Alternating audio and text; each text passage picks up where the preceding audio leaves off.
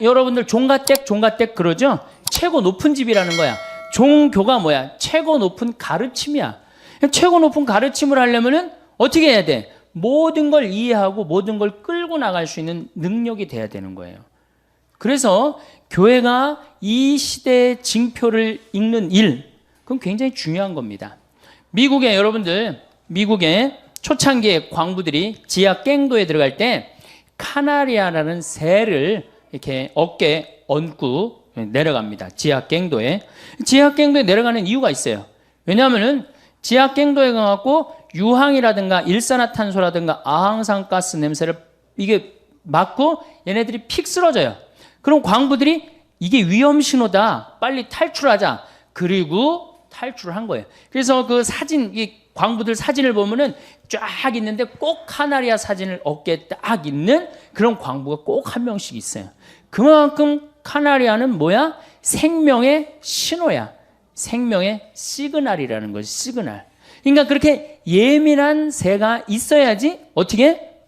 생명이 보호되는 거야. 그 공동체가 보호되는 거야. 그럼 지구라는 이 공동체, 카나리아는 누가 해야 되느냐? 당연하죠. 우리 교회가 해야 되는 거야, 교회가 생명의 시그널이 돼야 돼요. 그래서 예수님이, 우리 예수님 너무 멋있죠. 참 기가 막히죠. 산상설교 하시죠. 마태복음 5장부터 8장까지가 산상설교예요. 그 갈릴레아 호수가 쫙 내려다 보이는 데서 정말 아름답죠. 이제 해가 지고 더위가 싹 가실 때 사람들을 딱 앉혀놓고 당신이 설교를 하십니다. 거기에 처음으로 하신 설교가 뭐냐면은 진복 8단이에요. 마음이 가난한 사람 행복해라. 마음이 온유한 사람 깨끗해라. 깨끗한 사람 행복하여라. 그러면서 행복에 대한 말씀을 하세요. 그리고 저는 그 다음 말씀이 더 기가 막혀요. 너희들이 이제 일단 행복하면 그 다음에 너희들이 할 일이 있다. 세상의 빛과 소금이 되라. 그래서 마태복음 5장 13절부터 16절에 보면 예수님이 뭐라고 그러셔요? 너희는 세상의 빛이다. 너희는 세상의 소금이다. 소금이 만약 짠맛을 잃으면 어떻게 하느냐? 길거리에 벗어져 갖고 사람들 발에 밟힐 것이다. 만약에 우리 교회가 지금 짠맛을 잃어버리면은 우리는 어떻게 돼? 사람들한테 밟히게 돼 있어요. 등경을 켜서 대박에 덮어두는 사람은 아무도 없다. 등경을 켜서 어떻게? 높은 곳에서 어둠을 밝히는 것이다. 너희는 세상의 빛이다. 너희의 이런 세상과 빛과 소금의 역할을 해갖고 너희의 그런 착한 행실을 보고 하느님 아버지를 온 세상 사람들이 찬양하게 하여라. 그러니까 우리는 무슨 역할을 해야 돼? 세상의 빛과 소금의 역할을 해야 돼요. 사실은 세상 사람들도 우리가 빛과 소금의 역할을 하기를 바라는 마음에서 종교인들한테 잘합니다. 다른 사람에 대하는 것보다 종교인들한테 하는 게 훨씬 잘하잖아요. 그러니까 우리 수녀님들 어디 가면은 거의 무사 통과해요. 우리 신부들보다 수녀님이 더 좀 값이 높은가 봐. 우리 신부들은 이렇게 로만 칼라 차도 다 보여달라고 그러는데 수녀님만 타면은 가시라고. 왜? 세상에 빛과 소금이 앉아 계신데 어디 면허증을 봐요. 세상에 빛과 소금이 계신데. 그만큼 세상 사람들이 우리한테 정말로 내가 나이가 27, 8때 내가 신부가 전 좀 일찍 됐어요. 신부가 일찍 됐는데 내가 참 놀라운 경험을 참 많이 했어요. 내가 이제 목욕탕을 이렇게 이제 나는 취미가 목욕이 취미인데 목욕탕 이렇게 가서 앉아 있는데 딱 앉아 있는데 할아버지 한 분이 딱 일어나더니 목탕 안에서 다 빨개 벗고 다 이렇게 앉아 있잖아요. 할아버지 한 분이 딱 탕에서 일어나더니 아유 신부님 어떻게 여기로 오셨습니까? 그러는 거예요. 보니까 시장님이야. 그때 광명 시장님이야. 아유 어떻게 오셨습니까? 그러니까 옆에 국장들이 같이 이렇게 왔는데 아니 시장이 일어나고 새파란 애한테 절을 하니까 저 뭔지 모르고 다 일어나서 한테 다 절을 하는 거예요. 그 목욕탕에서 그들이 이렇게 어린 신부한테 신부님이라고 그러면서 경의를 표하는 이유는 자기네들이 먹고 살기 너무 바빠. 자기네들 먹고 살기 세상 사는 거 너무너무 바빠. 그래서 눈이 어두워. 그래서 길을 잃어버릴 때가 많단 말이에요. 그럼 길을 잃어버릴 때 한번 주일날 와갖고 신부님이 강론을 통해서 당신이 지금 가는 길은 틀린 길이니까 이 길로 가야 됩니다 하고 얘기를 해주는 게 빛의 역할이에요. 그리고 세상 사람들은 그 역할을 원합니다. 그게 소금의 역할이에요. 자기네들이 세상에 자꾸 썩고 부패. 그럴 때는 우리가 뭐가 돼야 돼? 소금이 돼갖고 썩는 것을 막아줘야 돼요. 그게 우리 신부가 할 일이고 수도자가 할 일이고 우리 크리스찬들이 할 일입니다. 그런데 우리 교회는 그 역할을 역사를 보면 어느 순간인가 딱 안 해버립니다. 지금 지구는 고생대, 중생대, 신생대 이 세 시기를 거치는데 지금은 신생대의 맨 마지막 시기로 봅니다. 신생대의 맨 마지막에 탄생한 존재가 누구냐? 인간이에요, 인간. 그러니까 어떻게 보면 창조의 최고 정점이 인간이에요, 인간. 그 중에 진짜 정점이 뭐예요? 여러분들 맨 마지막으로 창조하면 창조할수록 그게 완성품에 가까워요. 아담이 먼저 창조됐어요? 이브가 먼저 창조됐어요? 아담이 먼저 창조됐죠. 그 다음에 창조된 게 누구야? 그러니까 남자보다 더 완벽한 게 누구야? 이브야. 그러니까 이 지구의 마지막 주인공은 누가 돼야 돼? 이젠 바야흐로 여자의 시대로 넘어가고 있는 거예요. 내가 이렇게 강의에 이제 할 날이 얼마 남았을지 나도 잘 몰라. 언제 이제 밀려날지도 모릅니다. 지금 중고등학교 아이들, 내가 여기 지금 미국 가고 없는 우리 저 양 신부님, 옛날에 교도소 사목한 신부님, 이 중학교 복사 여자아이가 그런다는 거, 난 커서 신부된다.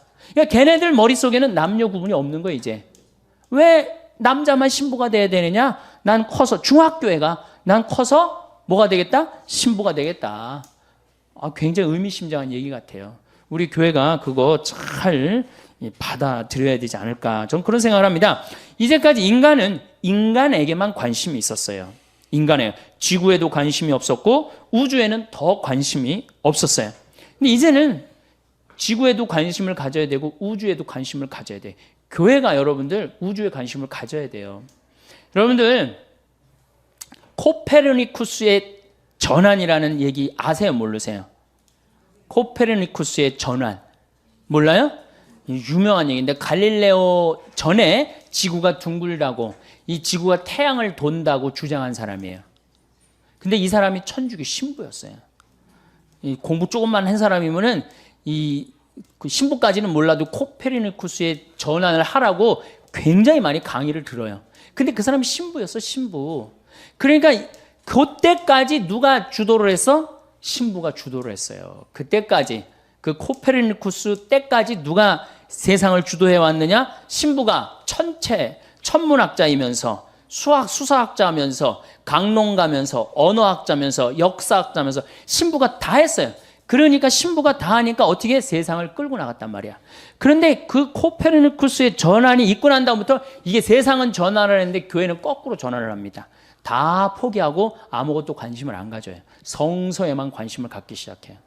그리고 이제 학문이 전부 다 나눠져 가요. 그러니까 우리는 거기에 관심을 가질 수도 없고 전문적인 조언도 해줄 수가 없는 거지. 빛의 역할을 포기한 거죠. 소금의 역할을 포기한 거죠. 그들이 그런 학문을 한다고 살아가는 거하고 연관 없는 게 아니잖아. 다 살아가는 거에 연관이 있고 결국은 하느님의 질서 속에서 살게 돼 있는 건데 그런 질서가 다 망가진 게 500년 만에 그렇게 망가진 거예요. 저는 이 환경이 이렇게 파괴되고 자연을 이렇게 망가뜨린 건 결국은 주님의 질서를 우리가 세상에 적응하지 못했기 때문이라고 저는 생각을 합니다. 요즘은 뭐라고 부르냐면 타이타닉 비극이라고 그래요. 1800년대 맨 마지막에 이 영국에서 타이타닉 배가 이제 떠납니다. 근데 많은 사람들이 반드시 떠나면은 어떻게 될 것이다? 침몰할 것이다. 근데 우기고 떠나요. 결국은 어떻게 돼요? 뻔히 침몰할 걸 보고 가고 있는 거예요. 지금 많은 예언자들이 그 예언자들은 기상학자기도 하고 그다음에 천문학자기도 하고 뭐 많은 학자들이 어떻게 지금 이대로 가다가는 침몰한다고 그러는 거예요. 지금 2100년에는 지구 온도가 6도가 올라간다는 거 아니에요. 2100년에는 6도 올라가면 끝납니다. 끝나는 거예요. 100년이면 여러분들 우리한테는 긴 건지 모르지만은 45억 년의 지구 역사를 보면 찰나야 찰나. 그러니까 지금 이거 이대로 가다가는 이제 침몰할 거다. 그리고 이제 침몰을 하게 되는 거예요. 그러니까 우리가 지금 저는 이 시기가 우리 교회에 있어서 아주 중요한 시기라고 생각을 해요. 자, 이제 좀 재미난 얘기를 지금부터 굉장히 재미나요. 나만 재미난지 모르지만은 재미납니다. 인류 역사, 그전 역사는 공룡의 역사 말고 인류 역사만 딱 보면요. 제일 먼저 신이 이 세상을 통치합니다.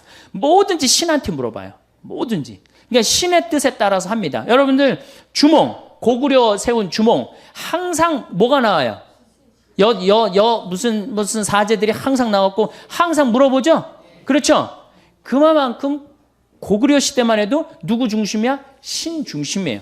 태왕사신기, 전 많이 못 봤는데 태왕사신기도 전부 다 누구의 뜻을 실현하려고 그래? 신의 뜻을 실현하려고 그러는 거예요. 그러니까 처음에는 모든 우리나라뿐만 아니라 다른 모든 나라가 다 누구의 뜻에 의해서 인간이 움직였어요? 신에 의해서. 그러니까 인간은 신에 완전히 구속돼 갖고 신의 뜻에 따라 살았어요. 그러다가 아니지, 이 신이 뭐 우리한테 모두 이렇게 다 지배를 할 수 있나? 우리가 이 왕으로 한번 가보자. 그래갖고 신으로부터 해방하기 시작해요. 누가 이제 중심이 돼? 왕이 이제 중심이 되기 시작해요. 왕. 그래갖고 이제 파라오 같은 경우는 지가 신이라고 그래. 사람이면서도. 그래갖고 이집트 모든 사람들이 노예가 돼버리잖아요.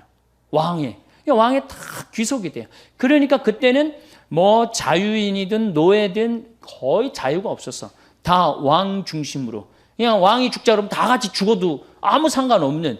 그러니까 그때는 인간 대접 못 받았던 거죠. 왕이 중심이 되다가 그 다음에는 이제 누가 중심으로 되냐면 영주 중심으로 이제 분권화가 됩니다. 영주들이 딱 이제 권력을 쥐기 시작해요. 그러면서 이제 왕은 이제 좀 위력이 좀 많이 떨어지죠. 어느 영주, 우리가 말하는 백작, 공작 뭐 이런 그런 이제 영주들 중심으로 쫙 돼요. 그래서 굉장히 또 많이 권력이 어떻게 돼? 많이 분산됐죠. 아니 신에서부터 왕으로 분산되다가 왕에서 영주로 분산되니 얼마나 많이 분산이 된 거예요. 영주로 내려가는데 이제 그 다음에 누구한테로 내려가냐면 사장한테 내려가요. 부르주아한테 내려가는 거예요. 돈 많은 사람한테 많은 자유가 생기기 시작합니다. 돈 많은. 그래갖고 이제 1800년대부터 누가 완전히 실권을 잡아요. 공장 운영하는 사람들. 이런 사람들이 완전히 팔자 피는 거죠. 그 공장 운영하는 사람 한둘이야? 엄청나게 또 많은 사람들이 자유를 누리기 시작을 해요. 그걸 보더니 가만히 있더니 이제 내려올 때까지 다 내려왔어. 사장, 평민까지 다 내려와서 평민 중에 돈 많이 버는 사람까지 내려왔잖아요. 그러다 보니까 이 프롤레타리아, 노동자들이 니네만 사람이냐? 우리도 사람 대접을 좀 해야 되겠다. 그리고 들고 일어나는 게 공산혁명이에요. 이거는 공산혁명은 단순히 무슨 다 잘 먹고 잘 사자가 아니라 남자의 해방을 얘기합니다. 노동자의 해방에, 남자의 해방인 동시에 누구의 해방이야? 노동자의 해방이에요. 그러니까 엄청나게 많은 사람들이 이제 자유를 얻었지. 그렇죠? 이제 그리고 난 다음에 이제 민주주의가 시작된 거. 민주주의가 시작되면서 아직 해방되지 못한 세대가 나옵니다. 누가 나와요? 여성이 해방되지 못해요. 그렇죠. 다 해방됐는데 왕으로부터 해방되고 영주로부터 해방되고 사장으로부터 해방되고 이제 남자로부터 이제 해방되려고 그러는 이제 유일한 이제 층이 누구야? 여자들이 이제까지는 성적인 도구로 전락했는데 이제는 우리도 세상의 주인공이다. 하늘에 계신 우리 엄마다. 이러면서 여자의 해방이 이제 온 세상에 그러니까 대통령들이 여자 대통령이 얼마나 많이 나오고 있어요, 지금. 지금 북미만 여성 대통령이 안 나왔어요. 북미만. 많은 대륙 중에 북미만 여성 대륙이 안 나왔어요. 이번에 힐러리 클린턴이 되려고 그러는데 내가 똑 떨어졌어요. 그래서 북미는 조금 나중에 또 나오지 않을까 그런 생각이 드는데, 그러니까 이제 여성 대통령이 나올 정도가 됐으니 이젠 누구도 이제 해방이 된 거예요? 여성이 해방된 거. 자, 그러면은 인간의 역사를 가만히 들어보면은 왕시대, 노예 있었죠. 제가 요즘 박경리 씨 토지를 21권을 전권을 다시 이제 읽고 있는데 정말로 인간 대접 못 받은 사람 너무 많아요. 종들. 그렇죠? 지금 종 있어요, 없어요? 지금도 물론 못 먹고 못 사는 사람들 있죠. 하지만 그런 큰 역사의 줄거리에 보면 지금 지금 여자들이 이 시간에 어딜 지금 나와갖고 강의를 듣고 있어. 시대가 완전히 많은 사람들한테 자유로워진 거예요. 점점 시대는 망가지는 게 아니고 역사로 보면 성숙돼 가고 완성돼 가는 거예요. 이게 오메가 포인트라는 거예요. 그리스도 오메가 포인트로 간다는 거예요. 테이아르드 샤르댕이라는 우리 환경을 이렇게 공부하는 신부들한테 최고로 유명한 사람은 데이아르드 샤르댕이라는 신부님이에요. 두 번째로 유명한 신부는 토마스 벨이라는 신부님. 지금도 토마스 벨이라는 신부님 캐나다에 있어요. 내가 97년도에 토론토 그 세미나 참석을 해갖고 그 할아버지를 만났어요. 지금 90이 훨씬 넘었는데 정말로 겸손하고 정말로 저분은 정말 동양적인 사고를 갖고 있구나 그런 생각을 했어요. 얘기를 조금 해보는데 영어를 제대로 알아듣지도 못하는데 그 설명을 참 잘하시면서 난 화장실에서 만났어요. 화장실에서 만나갖고 난 한국에서 온 신부인데 당신을 너무너무 존경한다. 왜냐하면 그분이 그때 지구를 움직이는 500인에 선정이 됐었거든요. 그래서 아주 만날 수 있는 영광이 있었죠. 어쨌든 그 역사로 본다면은 지금은 어때? 모든 사람들이 자유를 선택할 수 있고 노예가 아닌 상태 지금 지구의 역사는 발전하고 굉장히 좋아진 시대예요. 사실은. 그런데 너무 좋아지다 보니 지금 어떤 결과가 나오냐. 인간이 이제 내가 아까 너무 앞서 나가듯이 인간도 너무 앞서 나가는 거예요. 그래서 누구를 착취하느냐? 자연을 착취하고 있는 거예요, 지금. 그래서 이제 자연을 착취하게 되면은 우리들 인간까지는 해방이 됐는데 누가 해방이 못 된 거예요? 자연이 해방이 못 된 거예요. 그래서 이 자연의 해방을 위해서 결국은 누가 애를 써야 되냐? 우리 인간이 애를 써야 되고 그다음 맨 마지막에 온 누구? 여성이 앞장서야 된다는. 그래서 환경운동은 사실은 여성 환경운동가들이 굉장히 레이첼 카슨이라고 여러분들 침묵의 봄 쓴 분 계시죠? 여성이죠. 그 다음에 제가 말한 테오콜 분도 여성이에요. 그러니까 여성 환경운동가들이 굉장히 남성보다는 여성이 훨씬 섬세하고 자연 친화적이라고 그래요. 그래서 우리 교회도 나는 여성을 많이 키워야 되지 않느냐, 환경운동에. 그래서 여성들이 많이 나오길 바라요. 신부들이 막 나서는 것보다도 여성들이 나서는 게. 그리고 이제는 신부에 의존하는 시대는 끝났어요. 옛날에는 대학 졸업하고 그 대학원 졸업하는 거 군에서 누구 하나밖에 없어? 신부밖에 없어요. 근데 지금 제가 깜짝 놀라는 게 우리 생태마을에 우리 회원들 회원이 한 15,000명 되는데 찾아와요. 신부님 제가 회원에 가입했습니다. 다 박사야 다 석사고. 그런데 관심 있는 사람들이 다 박사고 석사예요. 그러니 신부보다 훨씬 전문적인 지식을 갖고 있는 사람들 아니에요. 이제는 협조의 시대. 그래서 이제는 테크놀로지, 하이 테크놀로지 그러잖아요. 이 기술도 너무 발전하고 세상이 너무 다양화되고 이게 다변화되고 이런 사회에서 교회가 도대체 어떤 역할을 해야 되느냐, 큰 숙제죠. 그런데 그리스도교의 최고의 장점 뭐냐? 리어댑테이션이에요. 리어댑테이션, 재적응. 이게 교회의 최고의 장점입니다. 구약 시대는 고대 근동 지방의 신화나 설화를 야훼 신앙에 접목시킵니다. 이게 무슨 얘기냐? 여러분들 구약 시대 구약 성서에 나오는 거예요. 고대에 다 나온 얘기들이에요. 노아의 홍수 다 나온 얘기들, 다 나온 얘기를 그 안에 다 끌어들여 갖고 야훼 신앙하고 합칩니다. 그래갖고 그걸 발전을 시키는 거죠. 이게 접목이에요, 접목. 그 리어댑테이션이요. 재적응을 하는 거죠. 그 다음에 사도 바오로는 그리스 사상을 그리스도교와 접목을 합니다. 그래서 우리가 이해하기 아주 쉽게 싹 접목을 해요. 그러니까 그것도 역시 리어댑테이션이에요. 그 다음에 우리가 잘 알고 있는 아구스티누스는 플라톤의 사상을 끌어들여서 또 리어댑테이션을 해요. 로마가 410년에 불타버립니다. 고투지기 다 불태워버려요. 불타고 나니까 사람들이 완전히 좌절에 빠집니다. 그랬을 때 아구스티누스가 책 한 권을 들고 나와요. 신궁론이라는 책을 들고 나와요. 이제까지는 인간이 다스렸기 때문에 이런 아주 추잡하고 죄악의 소굴이 되었다. 이제는 하느님이 다스려야 되겠다. 그리고 들고 나온 책이 신궁론이에요. 그 책으로 인해서 중세시대가 열립니다. 이게 대단한 거죠. 그래서 누가 통치를 해요? 다시 신이 통치하는 시대가 와요. 그래서 교황님이 모든 황제들을 임명하는 정도까지. 부정적인 면도 있었지만 그만큼 교회가 끌고 나갔다는 거에는 큰 의미가 있죠. 그런데 이제 이게 그 교회가 그렇게 잘 나가다가 너무 하느님 중심으로 막 몰고 나가니까 이게 사람들이 열받는 거죠. 아니 우리 인간도 좀 인간답게 살아야지 뭐든지 죄 속에 살고 하느님 속에서 살면 되느냐.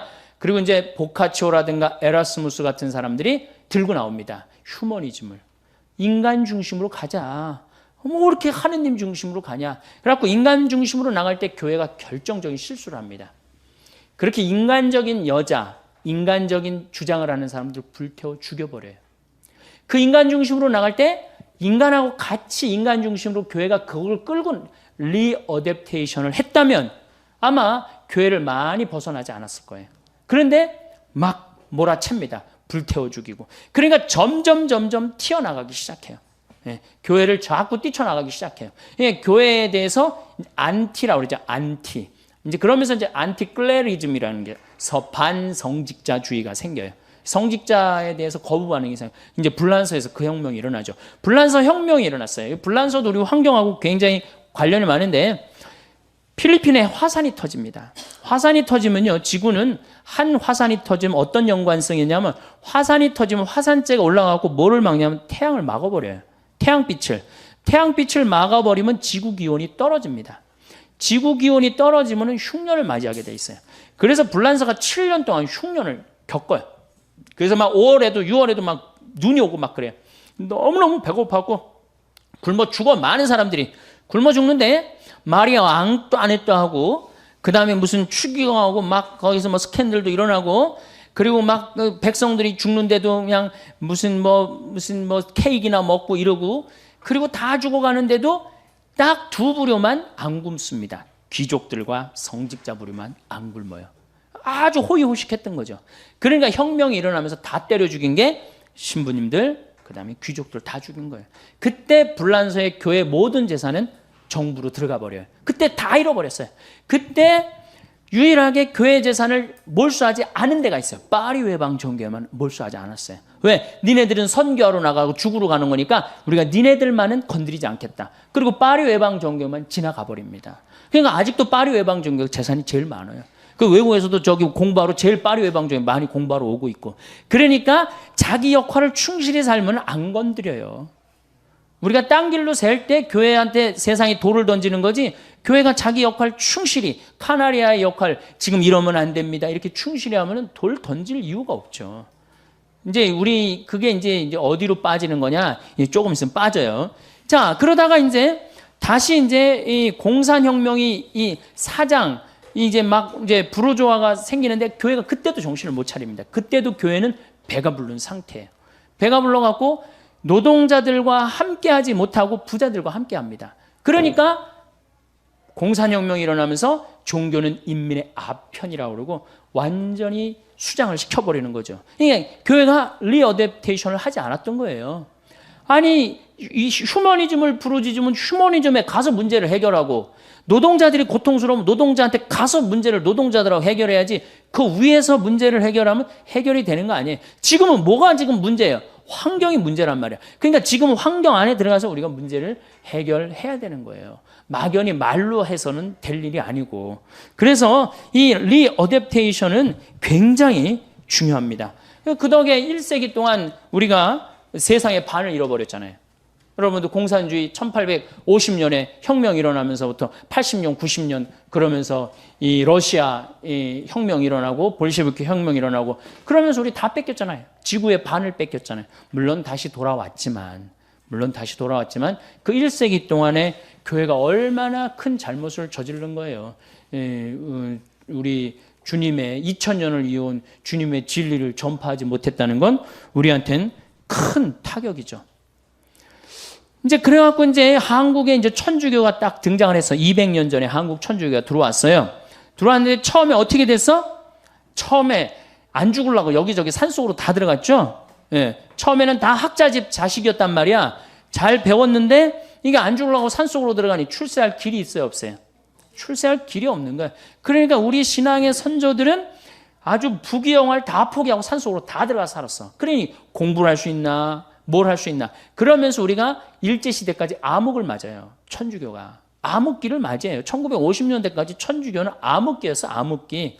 그리고 천주교 믿으면 다 죽는다고 그래갖고 천주교 교우들은 다 쉬쉬해갖고 지금도 자기 천주교 믿는 거 그 전통 이어받아갖고 쉬쉬하잖아.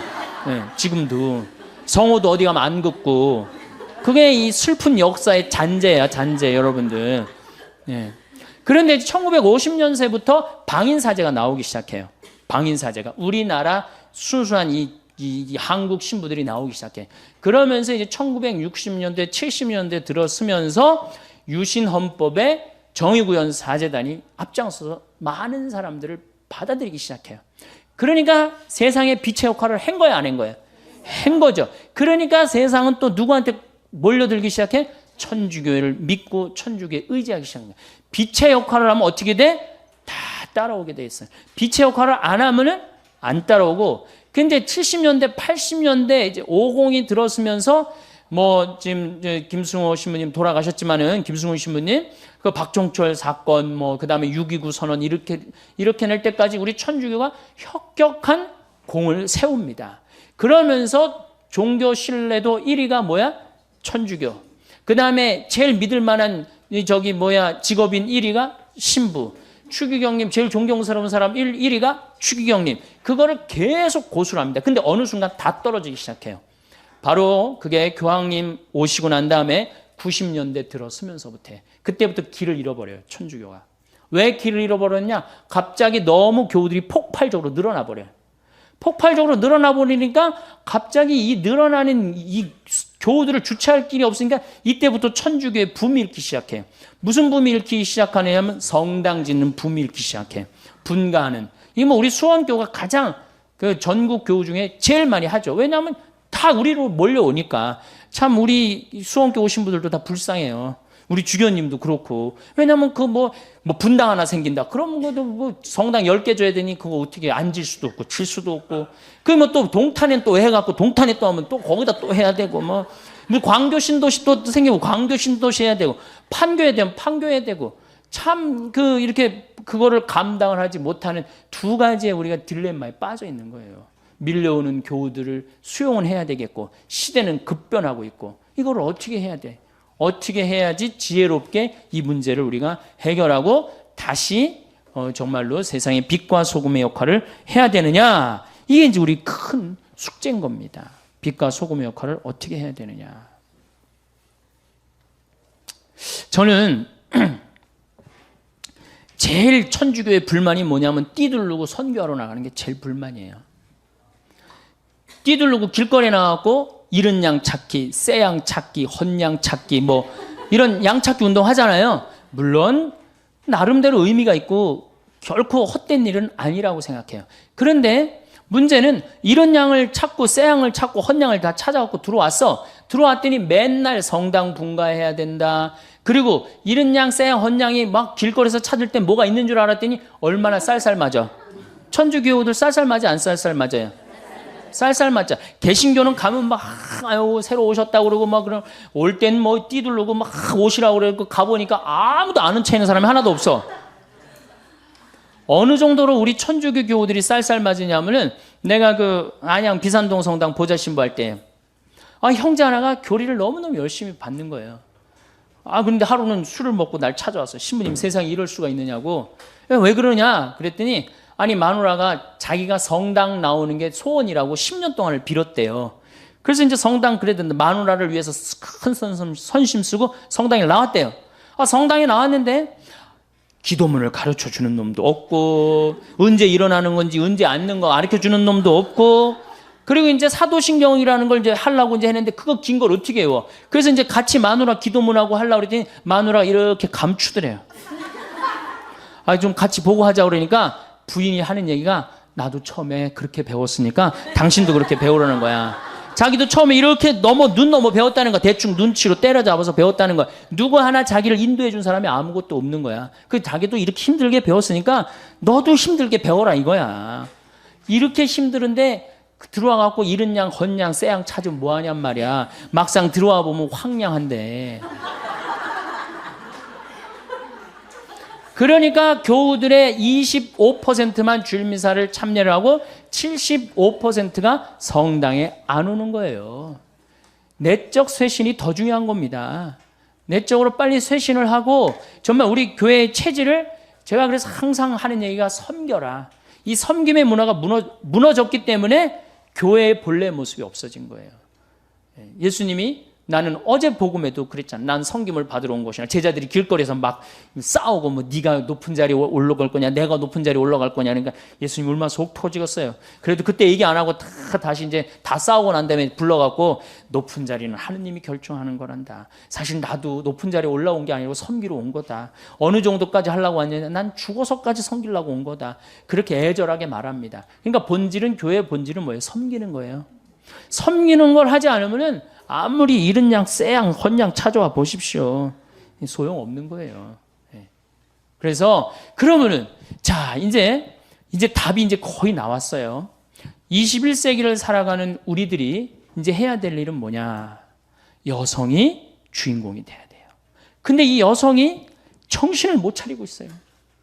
그냥 자식 서울대학에 들여보내는 게 지상 최대의 사명이야. 우리나라 환경운동 하는 사람들이 굉장히 애를 먹습니다. 왜 환경운동 하는 사람들이 애를 먹느냐면 내가 독일 프라이부르그의 시청에 우리 거기 공부하는 신부가 있어갖고 연락을 해갖고 시청에 연락을 해갖고 환경운동 그 시스템을 다 관람을 한 적이 있어요. 일주일 동안. 전부 다 관람을 했는데 규모가 어느 만한 집이냐면은 한 40평, 한 50평 밖에 안 돼요. 근데 그 환경운동 단체야. 근데 가보니까 후원회원이 40만 명이야. 후원회원이 40만 명이에요. 지금 환경운동연합이 뭐 7만 명인가 8만 명이라는데 그 프라이부르그시 그 근처에 후원회원만 40만 명이야. 누가 다 후원회원 들겠어요? 다 주부들이 드는 거예요. 다 주부들이. 근데 우리나라 주부들은 후원회원 들으라고 그러면 어떻게 해? 애 학원 보내야지, 뭐 아파트 빨리 당첨해야지, 뭐 사회에 관심 있어요, 없어요?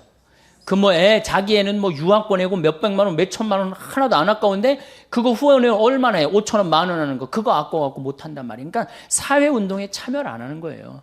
그러니까 우리나라 환경운동 단체들이 올라가다가 무너지고 올라가다 무너지고 올라가다 무너지고 그러는 거예요. 왜? 언더 베이스가 안 돼 있는 걸. 그러니까 내가 캐나다에 또 그 환경 세미나 한번 참석을 해봤는데 주부들이 아침에 애들 학교 보내고 모여갖고 회의를 하는데 동네 아줌마들이 회의를 어떻게 해요? 야, 우리 꽃길, 애가 이제 수업 끝나고 오는 길에 이 동네에 무슨 꽃이 저긴 심어주면 좋고, 저긴 무슨 꽃이 심어주면 좋고, 그래서 우리 애가 지나가면서 이 꽃을 보면 이렇게 행복했으면 좋겠다. 그래갖고 다 회의를 해요. 그래갖고 다 회의를 해갖고 돈이 없어. 그럼 시청에 쫓아간대요. 자, 그 길에 지금 이렇게 놓여져 있는데, 니네들이 예산을 지원해주면 우리가 꽃을 다 심겠다. 그래갖고 따져갖고 다 해갖고 꽃을 심는다는 거예요. 그러니까 이게 되는 거예요. 근데 우리는 내 새끼 하나만 공부 잘하면 돼. 내 새끼만 서울대학 가면 돼. 그런데 무슨 꽃길, 여러분들 자녀들이 여러분들 집에 오는데 무슨 꽃이 폈는지, 무슨 나무가 심어졌는지 알아요, 몰라요? 학원 코스는 알아도 거기에 뭐가 심어졌는지 모른단 말이야. 그러니까 이 의식의 변화라는 게 굉장히 중요한 거예요. 그래서 이게 막 여러분들만 들어야 될 문제는 아니야. 우리나라 모든 여성들이 그렇게 변화가 된다면 저는 대한민국처럼 살기 좋은 나라가 어디 있어요? 지진이 일어나나 태풍이 오기를 하나. 여러분들 일본은 1년에 태풍이 15개, 20개 가요. 근데 우리나라는 하나, 재수 좋으면 안 오는 해도 있어요. 작년에도 다 스쳐 지나갔어요. 제주도 스쳐 지나가고. 하나 오면 하나 들어오는 거죠. 근데 그냥 일본, 중국, 대만 맨날 태풍 지나갑니다. 그 태풍이 오나 지진이 있나 얼마나 살기 좋아요. 국민들 똑똑하고 물건 잘 만들고 수출 잘하고. 그런데 여성들이 이런 내가 이 사회의 변화의 주체 세력이다. 주부들이 내 변화의 주체 세력이다. 이런 생각을 하고 이걸 끌고 나가야 되는데 여성들이 그런 생각을 못하는 거야. 아직도 남성 위주의 사고방식을 갖고 있는 거예요. 아직도. 그러니까 이걸 빨리 탈피하십시오. 그래서 우리 신부들도 좀 놔주고 좀 여자도 좀 신부가 좀 돼갖고 좀 이렇게 좀 잘 해봐요. 좀 어떻게.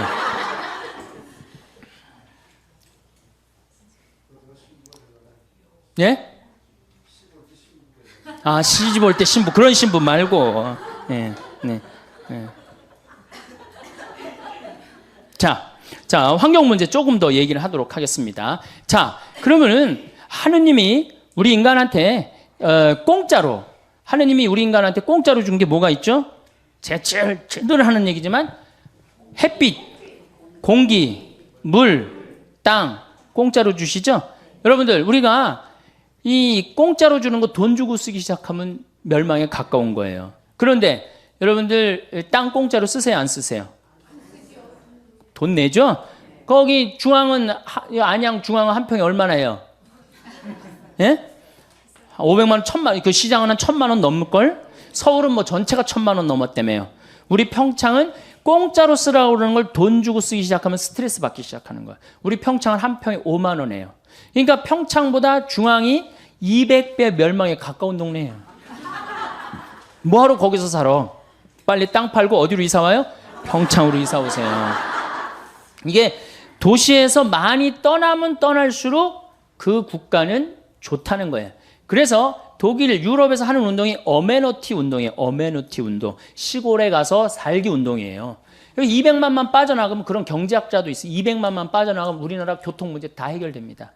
그 다음에 무슨 학교 문제 다 해결돼요. 서울, 경기도에서 200만만 빠져나가 봐요. 교통이 막히겠어? 뭐가 막히겠어요? 그럼 시골은 시골대로 균형 발전되고. 여러분들, 제가 이 평창 영월 정선 다니면서 폐허 많습니다. 폐허가 왜 그렇게 서울로만 몰려가려고 그러는지 이해가 안 돼요. 근데 문제는 우리 흙을 밟아요, 안 밟아요? 흙을 안 밟아요. 딱딱한 아스팔트, 콘크리트 밟는 거예요. 그 정신 감정해 보면은 반 이상이 제정신이 아니라는 거예요.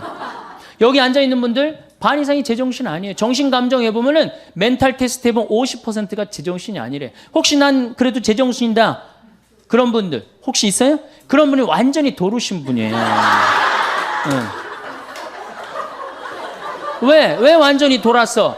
여러분들 100년 전 조선시대 사람을 데려다가 YTN 사회뉴스 1시간만 보게 해보세요. 그럼 돌 것 같아, 안 돌 것 같아요? 돕니다. 근데 여러분들 왜 안 돌았어? 지금 왜 안 돌아? 그런 거 보고. 벌써 돌아 있는데 뭘 또 돌아. 벌써 돌아 있는데. 그래서 어디로 돌아가야 돼? 자연으로 돌아가야 되는 거예요. 그래서 자연으로 돌아가야 돼. 그래서 제가 생태마을을 꾸미는 이유도 그런 이유 중에 하나예요. 많은 사람들이 와서 우리가 가족 피정을 많이 옵니다. 그런데 가족 피정을 오면 너무너무 행복해. 너무너무 행복해요. 그 아이들하고 제가 깜짝 놀란 경험이 있어요. 어떤 경험이 있느냐면 별똥별을 한 번도 본 적이 없는 거예요. 안양에 200명이 왔는데 18년 동안 이 지구에서 살면서 별똥별을 한 번도 본 적이 없는 거예요. 근데 이제 별자리 관측하는 시간인데 별똥별을 보는데 애들이 미치려고 그러는 거예요. 또 얼마나 아름다워요. 이게 엄청난 우주 공간에서 그 별똥별이 탁 선을 그리고 떨어지는 모습이 얼마나 아름다워요. 저는 너무 행운아 중에 하나인데 이렇게 이제 여름에는 이렇게 문 열어놓고 이렇게 자요. 별똥별 타는 소리까지 들려요. 네. 그 정도로 아주 실감 느낀다니까, 실감을. 얼마나 행복한지 몰라요. 그러니까 자연으로 돌아가서 살아야 된다는 거예요. 그런 시간을 여러분들 많이 가지시는 게 좋고, 제일 좋은 건 뭐예요? 보따리 싸들고 가는 거예요. 그렇지, 평창으로 이사 오는 거예요. 물론 거기는 연습이 필요하지만은. 자, 그 다음에 물을 돈 주고 사서 쓴다. 이거 심각한 겁니다. 우리 물 돈 주고 사서 써요, 안 써요? 하느님이 공짜로 내려주시는 빈님을 돈을 주고 팔아먹고 돈을 주고 사먹는단 말이야. 이거 여러분들 위기라는 생각이 안 들어요? 굉장한 위기예요. 이제는 수돗물도 이제 아리수 그것도 넣어서 이제 판대잖아요. 아리수도. 근데 사실은 실질적으로 제일 깨끗한 물이 뭐예요? 수돗물, 정수기물, 약수물에 제일 깨끗한 건 수돗물이에요. 왜냐하면은 수돗물에는 0.05 ppm의 Cl, 염소가 들어가 있어요. 그렇기 때문에 이 대장균 이런 거 없어요. 물론 가끔 수돗물에 막 대장균도 들어가고 그다음에 바이러스도 있다고 그러는데 그런 거 극히 드문 예고, 제일 위험한 건 지하수예요. 지하수 우리가 소독하거나 이러지 않으면 이질 걸리는 이유가 다 지하수 때문에 그러는 거거든요. 근데 깨끗한 수돗물은 안 먹고 어떻게 약수물이라고 막 그런 거 해갖고 이질 걸리고 그런 거 그냥 벌컥벌컥 먹는단 말이야. 너무너무 안타까운 거야. 여러분들 여러분들 화장실에 가갖고 큰일 한번 보면 대장균이 몇 마리가 나오냐면 4조 6천만 마리가 나와요. 화장실에 가서 큰일 보고 손 안 씻고 나오면은 사람이 나오는 게 아니라 누가 나오는 거? 대장균이 나오는 거, 대장균이. 그러니까 꼭 손을 씻어야 돼요. 근데 대장균이 수돗물이 제일 안 나옵니다. 실질적으로. 그 다음에 정수기 필터링 제도 안 하고 필터 교환해주지 않으면요, 대장균 증식 금방 해버려요. 제일 깨끗한 건 수돗물이야. 근데 우리는 안 믿어. 국민의 1%인가 2%만 수돗물 먹고 나머지는 다 딴물 먹는다는 거예요. 왜? 딴물 다 먹어요. 제정신이 아니니까 제일 깨끗한 물을 안 먹는 거예요.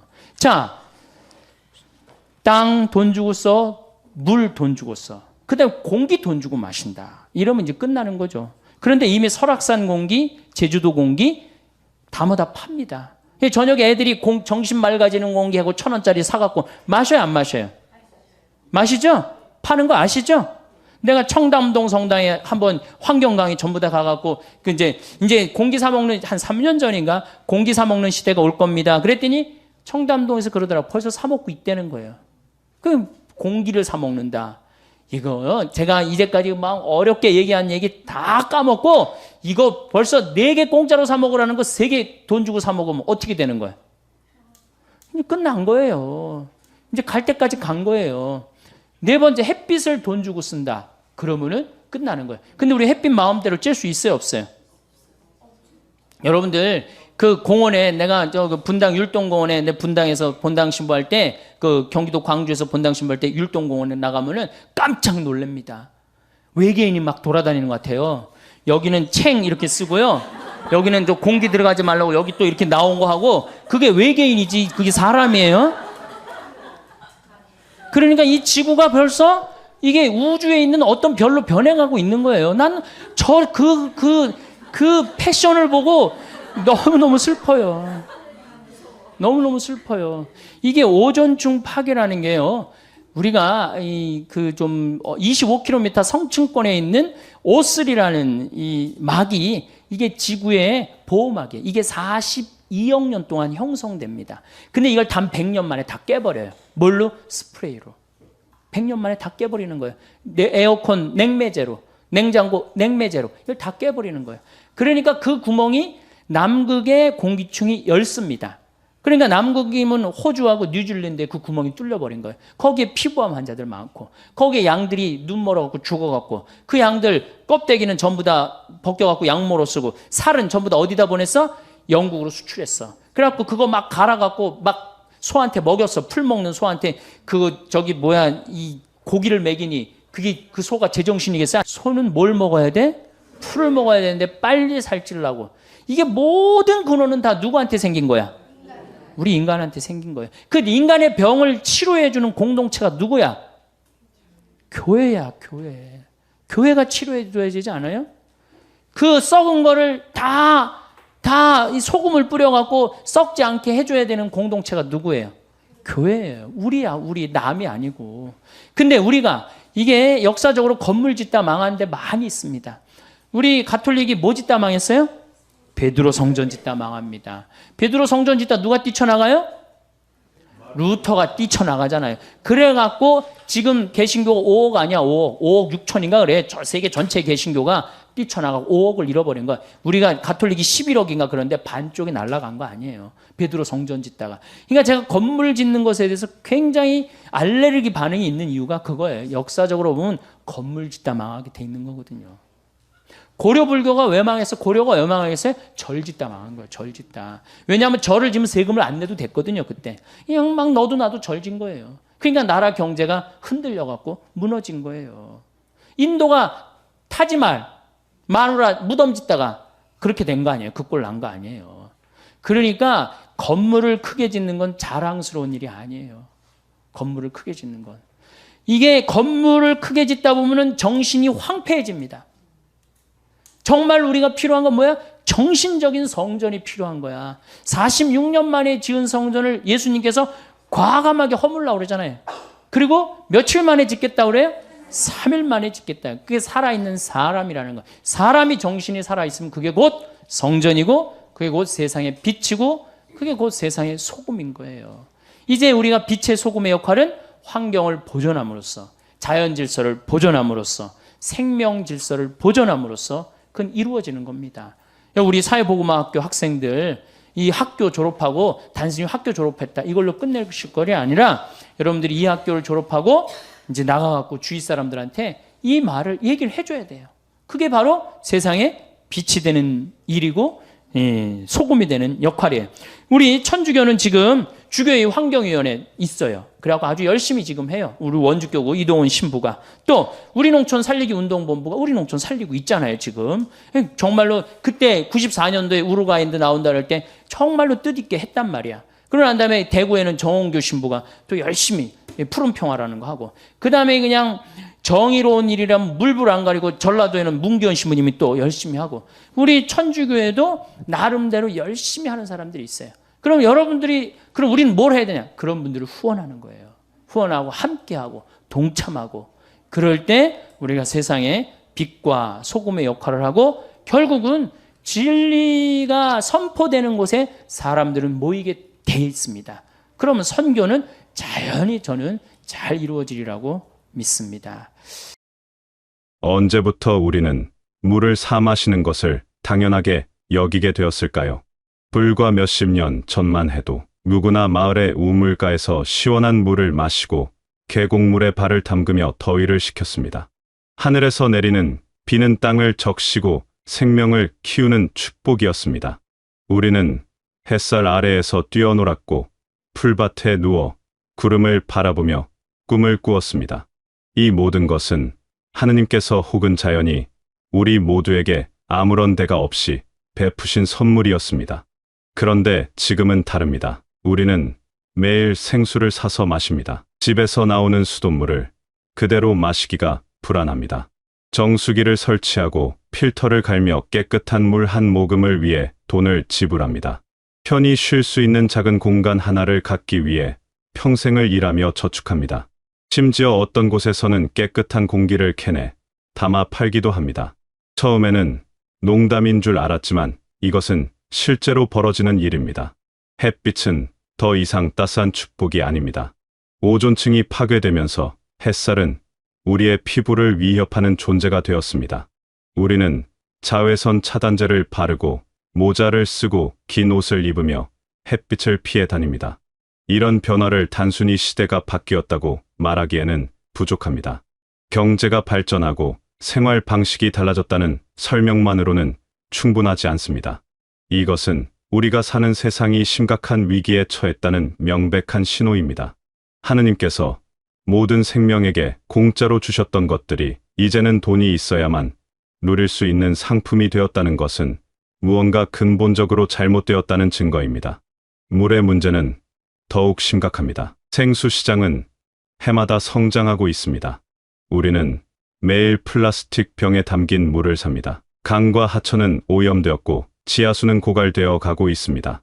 공장에서 흘러나온 폐수와 생활하수가 강물을 더럽히고 농약과 화학 물질이 땅속 깊이 스며들어 깨끗한 물을 찾기 어렵게 만들었습니다. 물은 생명의 근원입니다. 그런데 이 생명의 근원이 이제는 상품이 되어 돈이 있는 사람만 마실 수 있게 되었습니다.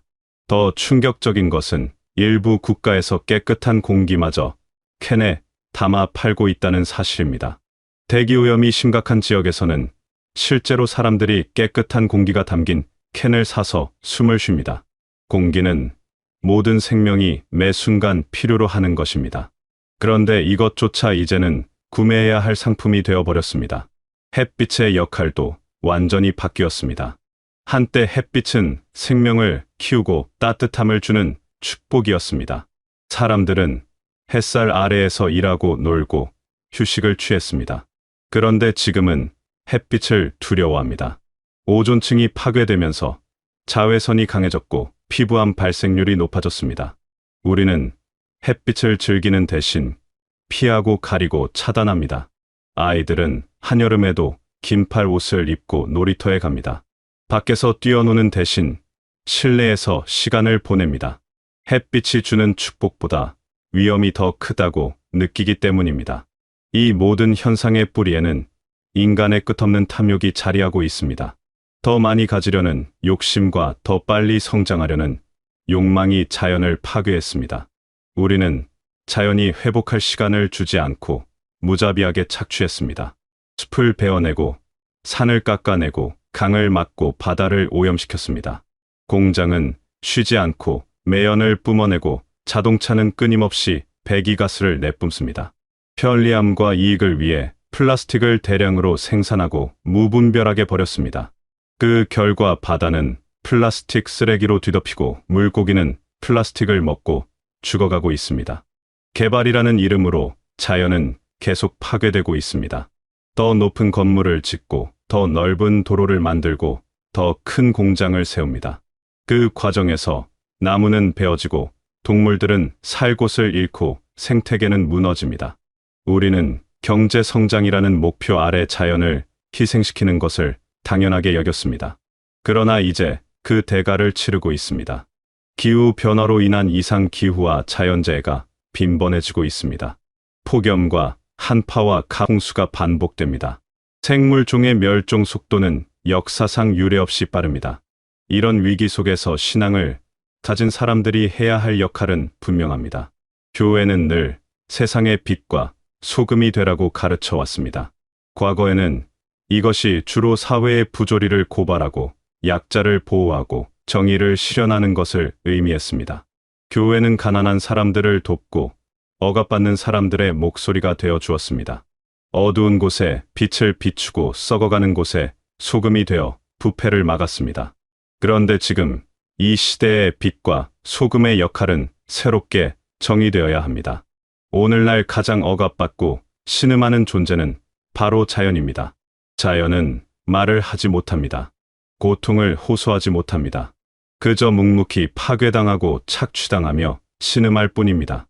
그러므로 이 시대에 세상의 빛과 소금이 되는 것은 파괴되어 가는 자연을 보호하고 인류의 탐욕을 경고하는 것입니다. 환경을 지키는 것은 단순히 세속적인 활동이 아닙니다. 이것은 하느님의 창조 질서를 지키는 거룩한 행위입니다. 많은 사람들이 환경 문제를 알고 있습니다. 걱정도 합니다. 그러나 너무 크고 복잡한 문제라고 느껴서 무엇을 해야 할지 모릅니다. 혹은 개인이 할 수 있는 일은 별로 없다고 생각합니다. 하지만 그렇지 않습니다. 작은 실천들이 모이면 큰 변화를 만들 수 있습니다. 우리 각자가 할 수 있는 일들이 있습니다. 일회용품 사용을 줄이는 것부터 시작할 수 있습니다. 플라스틱 컵 대신 개인 컵을 사용하고 비닐봉지 대신 장바구니를 사용하는 것입니다. 음식물 쓰레기를 줄이고 분리수거를 철저히 하는 것입니다. 전기와 물을 아끼는 것입니다. 필요하지 않은 불을 끄고 물을 틀어놓지 않는 것입니다. 가까운 거리는 걸어가거나 대중교통을 이용하는 것입니다. 또한 작은 텃밭을 가꾸거나 화분에 식물을 키우는 것도 의미가 있습니다. 생명을 돌보는 경험을 통해 자연과 더 가까워질 수 있습니다. 동네의 공원이나 하천을 깨끗하게 유지하는 일에 참여할 수도 있습니다. 환경을 생각하는 제품을 선택하고 환경을 파괴하는 기업의 제품은 사지 않는 소비자 운동도 중요합니다. 이런 작은 실천들이 사소해 보일 수 있습니다. 그러나 이것들이 모이면 큰 힘이 됩니다. 더 중요한 것은 이런 실천을 통해 우리의 마음이 변한다는 것입니다. 자연을 대하는 태도가 달라집니다. 소비하고 버리는 삶에서 아끼고 돌보는 삶으로 변화합니다. 탐욕에서 절제로 이기심에서 배려로 나아갑니다. 결국 이 시대가 우리에게 요구하는 것은 섬김의 정신을 인간을 넘어 자연으로 확장하는 것입니다. 우리는 다른 사람을 섬기라고 배웠습니다. 특히 약하고 소외된 사람들을 돌보라고 배웠습니다. 이제는 그 섬김의 대상을 넓혀야 합니다. 인간의 탐욕으로 착취당하고 신음하는 자연을 섬겨야 합니다. 자연을 섬긴다는 것은 자연을 존중하고 보호하는 것입니다. 자연의 리듬을 따르고 자연의 한계를 인정하는 것입니다. 자연과 조화롭게 살아가려고 노력하는 것입니다. 이것은 자연을 정복의 대상이나 이용의 수단으로 보던 태도에서 벗어나 자연을 동반자로 생명 공동체의 일원으로 바라보는 것입니다. 이런 변화는 쉽지 않습니다. 편리함을 포기하는 것도 쉽지 않습니다. 그러나 우리에게는 선택의 여지가 없습니다. 이대로 가면 우리 자신과 다음 세대가 살아갈 터전이 사라집니다. 물과 공기와 땅과 햇빛이 모두 파괴되고 오염되어 생명이 살 수 없는 곳이 됩니다. 그러므로 지금 우리가 자연을 돌보고 지키는 것은 우리 자신을 위한 일이기도 합니다. 우리가 숨 쉬는 공기와 마시는 물과 먹는 음식이 모두 자연에서 옵니다. 자연이 건강해야 우리도 건강할 수 있습니다. 자연이 파괴되면 우리도 함께 무너집니다. 우리는 자연과 분리된 존재가 아닙니다. 우리는 자연의 일부입니다. 하느님께서 공짜로 주신 것들의 가치를 진정으로 깨닫는 것은 그것들을 잃어버릴 위기에 처했을 때입니다. 우리는 지금 그 순간에 서 있습니다. 물과 공기와 땅과 햇빛을 당연하게 여기던 시대는 지나갔습니다. 이제는 이것들이 얼마나 귀하고 소중한지를 알게 되었습니다. 그리고 이것들을 지키기 위해 무엇을 해야 하는지도 알게 되었습니다. 세상의 빛과 소금이 된다는 것은 이 시대에 세상이 가장 필요로 하는 역할을 하는 것입니다. 지금 세상이 가장 필요로 하는 것은 자연을 보호하고 생명을 살리는 일입니다. 탐욕을 멈추고 절제를 실천하는 일입니다. 소비를 줄이고 나눔을 늘리는 일입니다. 개발을 늦추고 회복을 시작하는 일입니다. 우리가 이런 역할을 할 때 우리는 세상의 부패를 막는 소금이 됩니다. 탐욕과 이기심과 무책임이 세상을 썩게 만들 때 우리는 절제와 배려와 책임감으로 그 부패를 막습니다. 환경 파괴가 계속될 때 우리는 환경 보호로 그것을 막습니다. 생명이 죽어갈 때 우리는 생명을 살리는 일로 그것을 막습니다. 동시에 우리는 세상에 희망을 비추는 빛이 됩니다. 절망과 무기력이 사람들을 덮을 때 우리는 변화가 가능하다는 희망을 보여줍니다. 작은 실천이 모여 큰 변화를 만들 수 있다는 것을 증명합니다. 우리가 함께 노력하면 자연을 회복시킬 수 있다는 것을 보여줍니다. 다음 세대도 깨끗한 물을 마시고 맑은 공기를 마시며 따스한 햇살 아래에서 뛰어놀 수 있다는 희망을 만듭니다. 이것이 바로 지금 이 시대에 우리가 할 수 있는 가장 의미 있는 일입니다. 믿음을 삶으로 드러내는 가장 구체적인 방법입니다. 창조주의 뜻을 실천하는 길입니다. 그리고 이 길은 어렵지 않습니다. 거창한 일을 해야 하는 것이 아닙니다. 일상에서 작은 실천을 시작하면 됩니다. 그리고 무엇보다 중요한 것은 마음입니다. 자연을 바라보는 마음이 달라지면 행동도 자연스럽게 달라집니다. 자연을 이용해 대상으로만 보던 마음에서 자연을 소중한 생명으로 바라보는 마음으로 변화하면 자연을 대하는 태도가 완전히 달라집니다. 하느님께서 주신 선물에 감사하는 마음을 가지면 그것을 함부로 대하지 않게 됩니다. 이것은 단지 환경을 위한 일이 아닙니다. 이것은 우리 자신과 우리가 사랑하는 사람들을 위한 일입니다. 다음 세대를 위한 일입니다. 모든 생명을 위한 일입니다. 그리고 창조주의 뜻을 실천하는 거룩한 일입니다.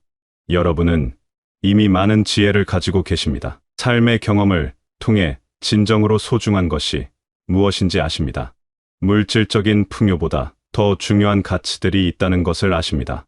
그 지혜를 이제 자연을 돌보는 일에 사용해 주십시오. 여러분의 작은 실천이 다른 사람들에게 좋은 본보기가 될 것입니다.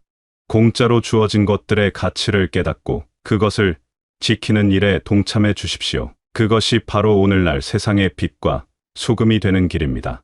여러분의 작은 노력 하나하나가 이 세상을 조금씩 더 나은 곳으로 만들어 갈 것입니다. 여러분이 자연을 섬기며 살아가실 때 여러분의 삶은 더욱 의미 있고 아름다워질 것입니다. 그리고 여러분이 보호한 자연이 여러분과 모든 생명에게 다시 축복으로 돌아올 것입니다. 여러분 모두가 이 시대의 참된 빛과 소금이 되시길 바라겠습니다. 길 바라겠습니다. 길 바라겠습니다. 길 바라겠습니다. 길 바라겠습니다. 길 바라겠습니다. 길 바라겠습니다.